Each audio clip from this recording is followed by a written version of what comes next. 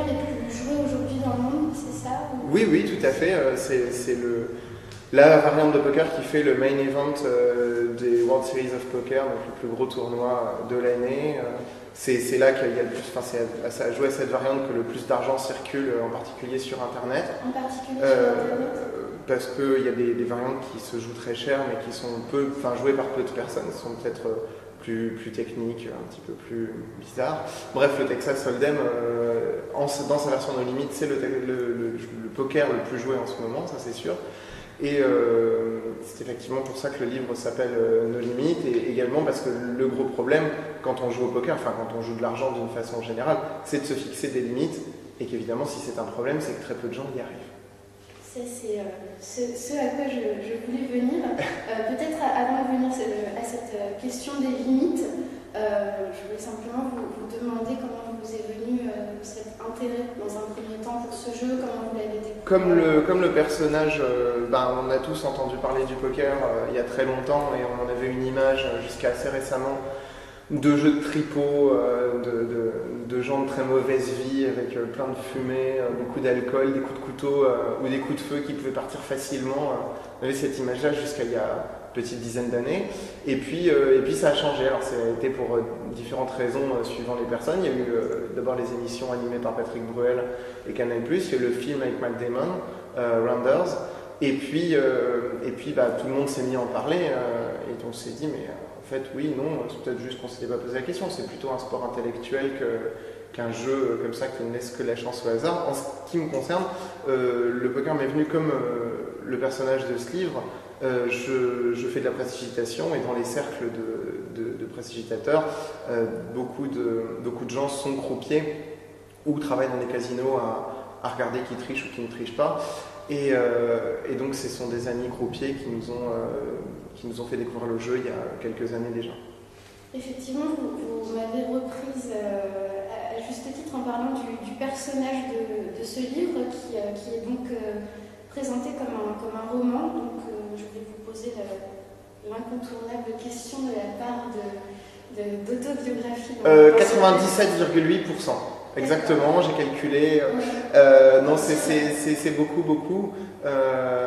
Alors, je peux pas vous dire, il y a un moment où l'autobiographie s'arrête et puis il y a la fiction qui commence, parce que c'est quand même très mélangé.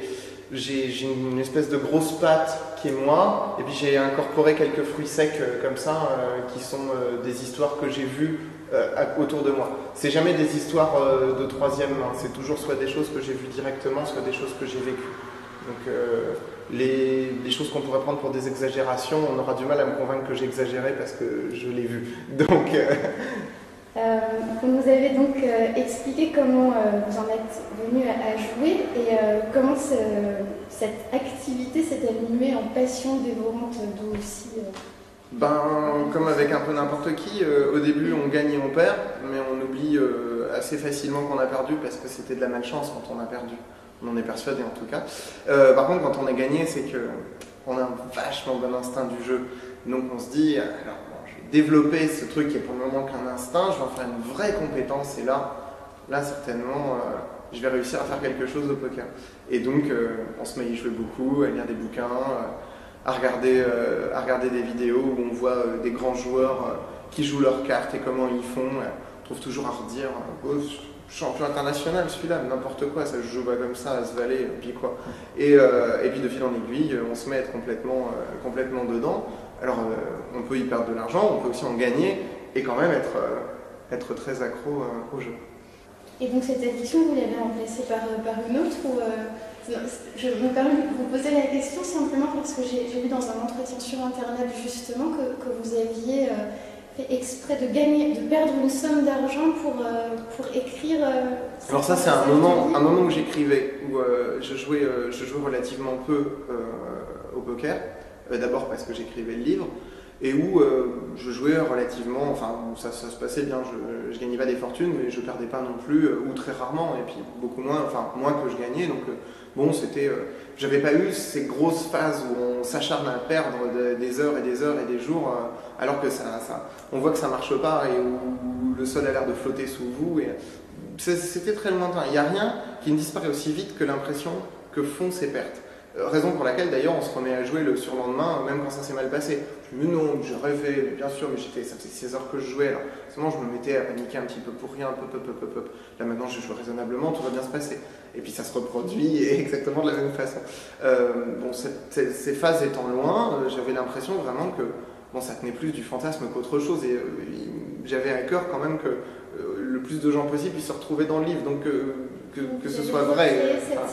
Donc j'ai recréé cette situation à partir de nulle part, à un moment où elle ne se présentait pas. Non pas que je n'ai jamais perdu par avant, mais que là ça faisait quelque temps que ça n'était pas arrivé.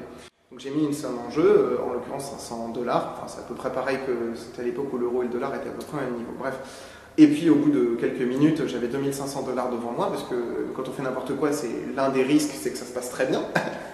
Et $2 500 sont là, je me dis bon, allez quand même, je vais peut-être m'arrêter là. Et puis j'ai continué quand même, parce que c'était le but de les perdre, donc j'ai fini par tout perdre.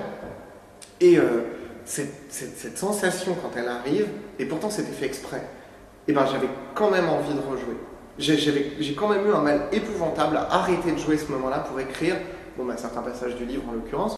Et donc justement, l'une des expressions récurrentes de votre livre est se refaire. Et est-ce que le moteur de cette addiction est l'argent, ou est-ce que vous avez aussi parlé tout à l'heure de sport intellectuel, et là vous venez de nous parler d'une sorte d'entraînement intensif. C'est quoi ce qui fait continuer toujours? Le problème est différent d'un individu à l'autre, et éventuellement dans le même individu, le problème peut varier avec le temps. Il y a un certain nombre de choses qui se passent dans ce jeu qui peuvent faire que ça devient vraiment une habitude compulsive. L'argent est l'une de ces choses, parce que si on en gagne beaucoup, eh ben, c'est quand même intéressant d'en gagner beaucoup à finalement pas faire grand chose d'autre que taper sur la table ou envoyer 2 jetons devant soi. Et puis si on en perd, il va bien falloir les regagner. Et quel moyen plus facile de les regagner que de continuer à jouer. L'argent a ce problème-là, mais comme dans tous les jeux d'argent. Après, des spécificités du poker, c'est le genre de choses qui fait que Bobby Fischer ou Garry Kasparov jouent aux échecs absolument à chaque fois qu'ils en ont l'occasion, parce qu'ils ont envie de défier tous les autres joueurs d'échecs pour être le plus grand joueur d'échecs de tous les temps.